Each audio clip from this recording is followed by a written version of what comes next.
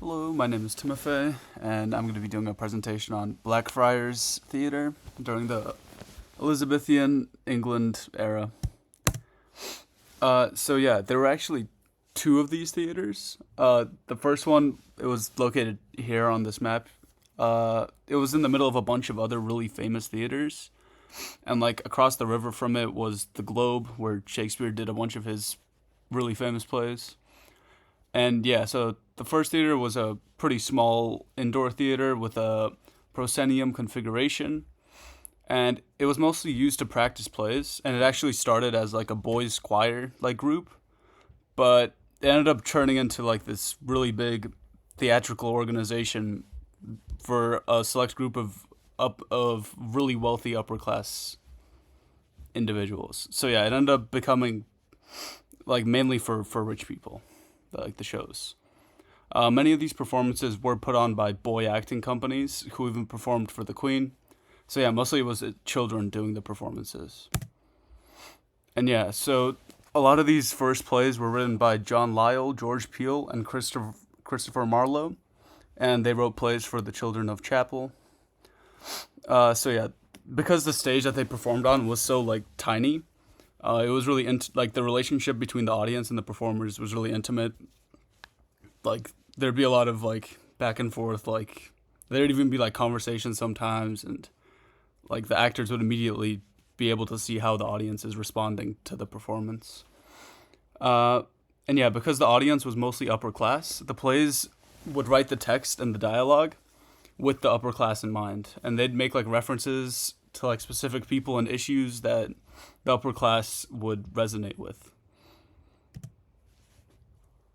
And yeah, the second Blackfriar Theater, the first one closed in 1584 when the lease expired, and there was a conflict between the organization and the landowners, because originally they thought that the location would be used as like a school for children, but it ended up becoming like this huge like theater thing, and they didn't like the performances that were going on, so the landowner was trying to shut down and like silence the Blackfriar Theater. And yeah, and he was able to do that successfully until 1596, when he was actually tricked into selling the whole property to James Burbridge. And yeah, this new stage, the new stage, the second theater, it was also really small like the first one. It was really intimate, but it was like a lot more spectacular. It was a lot more beautiful. It had more props. Like I saw somewhere it said that they had the apparatus used in celestial flights, which sounds really cool. I don't like super know what that is, but that sounds kind of insane. They had a lot more trapdoors, and they had a more like intricate layout for the audience. There was a lot more spectacle in the performance and a lot more like visual things going on. The audience was wrapped all the way around the stage, so most people were sitting at the front of the stage, but there was also like a second and third like level like behind the stage. And if you were really wealthy and were willing to spend a lot of money on a ticket, you could actually sit on the stage and talk with the performers as they were like performing. Like you were like basically right there, which is really cool. And it's like basically, yeah, it makes each performance really unique, and it was basically the pinnacle of like liveliness or liveness. Uh, so yeah, if you were to actually go to a performance at this theater, you'd be surrounded by a bunch of wealthy upper class people who paid a lot to get into that theater.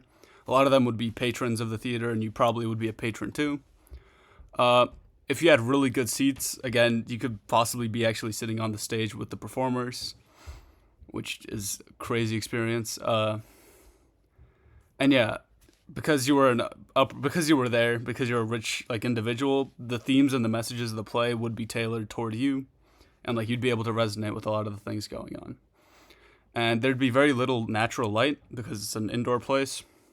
There'd be a lot of candles that are used to illuminate a lot of the stage and a lot of the audience. And almost all the plays that you'd be watching there were done by children, so, which is not very common. Like, yeah, most theaters didn't do this. So yeah, almost all the performances would be done by kids. And yeah, you could expect to see a more like satirical show which made fun of the government and made fun of like the king and a lot of the high officials. Yeah, and the theater at this point in time was very respectable. Like the Queen would go to a lot of the performances, and it was considered a very high form of art, and it was a very essential part of everyday life, especially for like wealthy people who wanted entertainment and a way to like spend their money, and they wanted people to like endorse and become patrons.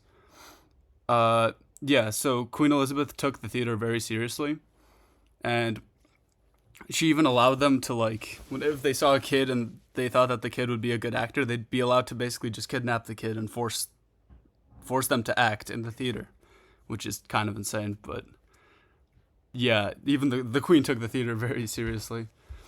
Um, yeah, and almost all the performances were done by children. So if you wanted to perform there, you'd have to be a kid, and you'd have to be a really good actor, and you'd have to get recruited by the organization.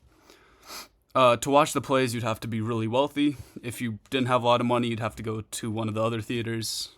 You wouldn't be able to have this experience. It was only for the upper class. And yeah, if you wanted to be a playwright for this theater, you'd have to be like one of the best playwrights. They only hired the best. So you'd have to be a really well recognized and respected individual if you wanted to write plays for the Blackfriars Theater. Right, these are my works cited.